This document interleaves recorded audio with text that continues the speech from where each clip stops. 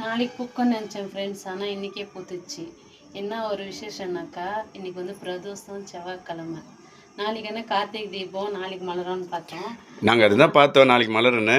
ஆனால் இன்னைக்கு சிவன் பார்வதி 2 பேர் எங்கள் வீட்டில் இருக்கிற மாதிரி எங்களுக்கு ஒரு சந்தோஷம். பூ தான் பூக்கும். இன்னைக்கு 2 பூ பூத்திருக்கு. எங்களுக்கு ரொம்ப சந்தோஷமா இருக்குது. 2 பேரும் எங்களை ஆசீர்வாதம் பண்ண மாதிரி.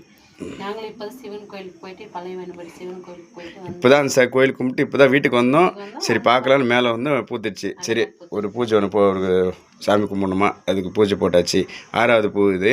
ஆனால் எப்பவுமே எங்களுக்கு ஒரு பூ தான் கிடைக்கும். ஆனால் இந்த வாட்டி எனக்கு 2 பேர் சிவன் பார்வதி. 2 பூ அழகாக ஒரே நாளைக்கு பூத்துருக்கு. சூப்பராக இருக்குது, அழகாக இருக்குது பாருங்கள். ஜூம் பண்ணி காட்டுச்சாமி. உள்ள பார்த்தீங்கன்னா சங்கு மாதிரி இது மாதிரி இருக்கும். சங்கு மாதிரி இருக்கும். சங்கு மாதிரி தான் சாமி. சங்கு மாதிரி இருக்கும் பாருங்க. எவ்வளோ அழகாக இருக்கு. எங்க ரொம்ப சந்தோஷமாக இருக்குது இன்னைக்கு. என்னன்னா காசு பணம் இல்லை, ஆனால் எங்களுக்கு இது சந்தோஷம். சந்தோஷம் இந்த மாதிரி அவ்வளோதான் சாமி. தெரியாதவங்க இன்னொரு டைம் கூட பார்த்துக்கோங்க. பிரம்மகலம் பூ, பிரம்ம கமல பூ. நம்ம வருஷத்துக்கு ஒரு நாள் தான் அது பூக்கும். ஆமாம், இது வந்து 6 டைம் பூத்திருக்கு ஒவ்வொன்றா. ஆனால் இந்த டைம் வந்து 2 பூத்திருக்கு. மொத்தம் வந்து 7 பூ. ஆனால் நாளைக்கு பூக்கணும் தான் நினச்சோம், ஆனால் இன்னைக்கே பூத்திருச்சு. பரவாயில்ல சாமி, இன்னைக்கு வந்து பிரதோஷம். ஆமாம், அது ஒரு சந்தோஷம். எல்லோரும் நீங்களும் பாருங்கள், பார்த்து எங்களை வாழ்த்துங்க. நாங்கள் நல்லா இருக்கணும், எல்லோரும் நல்லா இருக்கணும்.